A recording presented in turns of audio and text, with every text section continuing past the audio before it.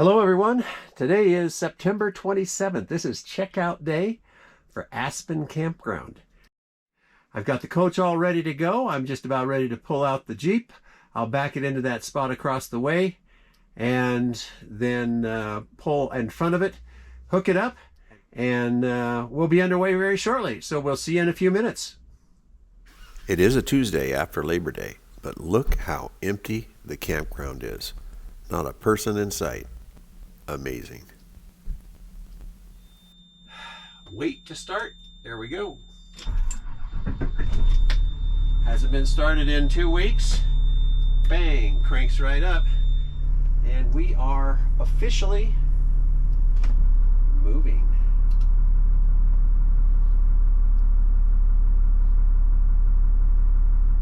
Yeah, I decided to just pull the coach out right onto the main road here.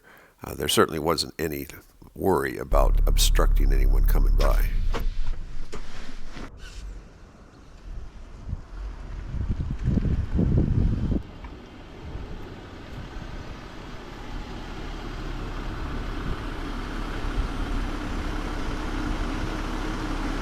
So this is what the position of the Jeep. You line it up center line of the bus. So this is just about my eye level, and I can see just the top of the lettering on the Texas license plate. Maybe the hood going straight across the license plate lights. And I have the adjustable arms, so all I have to do is hook it up and it will do the rest for me. And then I've taken a checklist out of the owner's manual. There is a what you've got to do to get it ready to tow, which is what we're going to be accomplishing now. And then you'll see the next one on the right side is to drive. And that's when I'm ready to unhook the Jeep.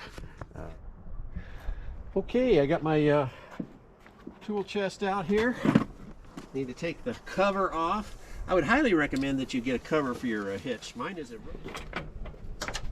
Don't buy the RoadMaster cover. Buy the generic version off of Amazon. About half the price, works great. Protects your hitch quite well. So we're going to put it up like so, open it up a little bit, get my pins, have those on hand and ready. Then you just lower it down. Going to release it at the back, of course, and put the first pin in, and I always make sure it's going to reach. Yes, it is. That's good. Don't have to move the Jeep at all. Having that point of reference for your license plate or whatever you use on the back of your coach is important. There's one. There's two. I use, instead of easily removable pins, I use locks. And I would highly recommend these. You can get a package of 3, 2 regular locks and the shackle lock, which I don't need for this particular hitch. Again, Amazon. And that keeps weird people or maybe little kids trying to get pranks. There has been documented times when the little pins just miss on one side, or maybe both, and all you've got's the pin itself as far as securing it, and eventually that works loose and it can be a real disaster. Tell you what, let's go ahead and get the breakaway, well, I would say chains, but they're actually cables for this, and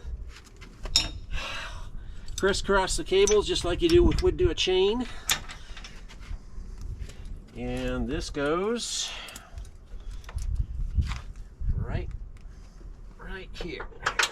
There's a perfect little place for it. And the same thing on the other side.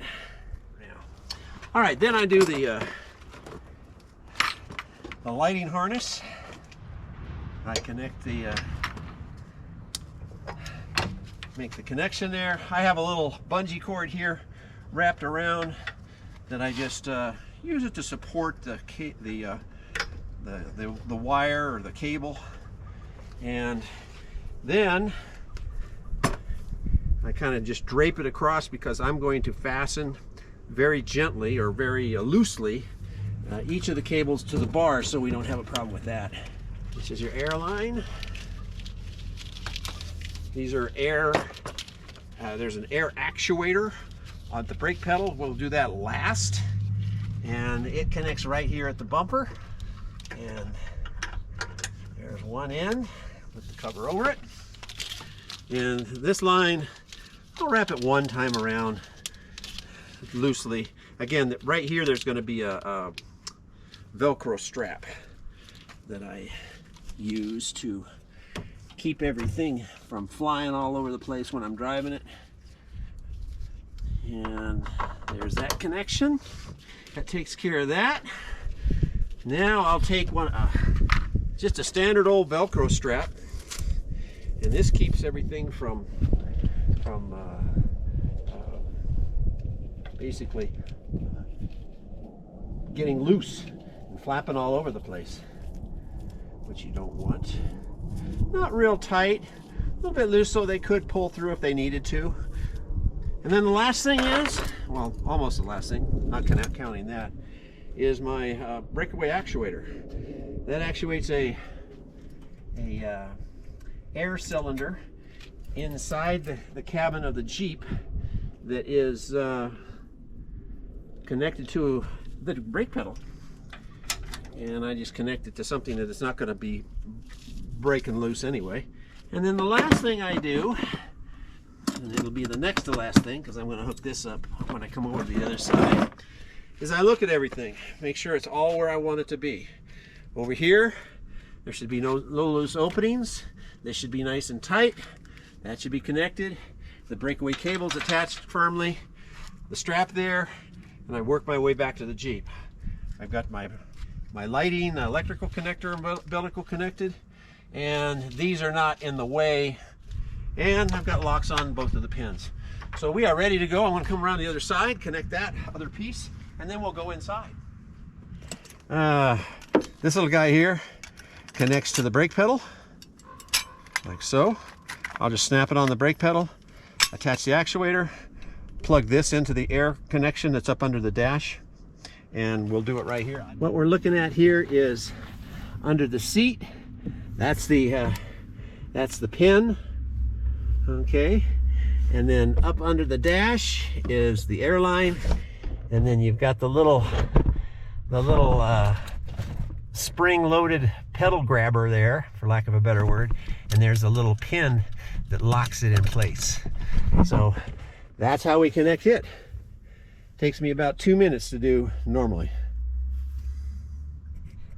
One last check to make sure from this side everything is set up.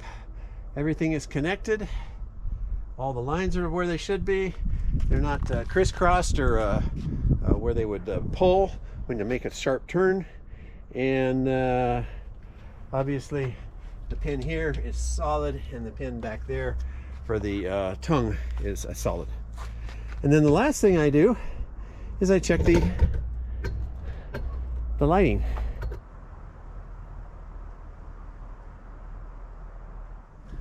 So we're ready to go. Did you see everything? I hope so. And I'll check it before I pull out. We are all hooked up, ready to roll. But I'm going to do one last thing, and we'll move forward very slowly. Let those bars lock in. We'll move forward a short distance. I always stop and do another quick walk around, mostly concentrating on the tow bar and the hookup. So everything is exactly the way it should be. All the flashers are flashing. That's a good sign. And we are ready to roll.